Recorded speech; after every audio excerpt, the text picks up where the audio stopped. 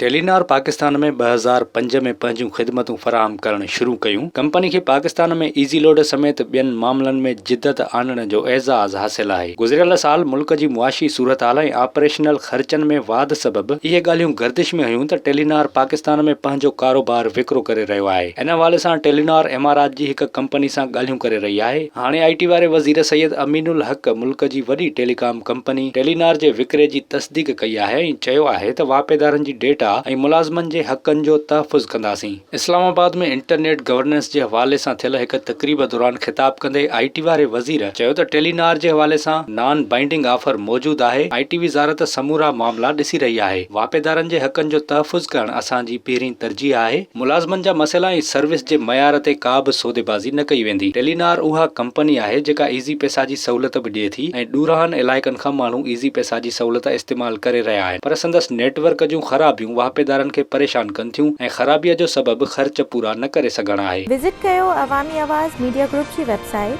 awamiawaz.pk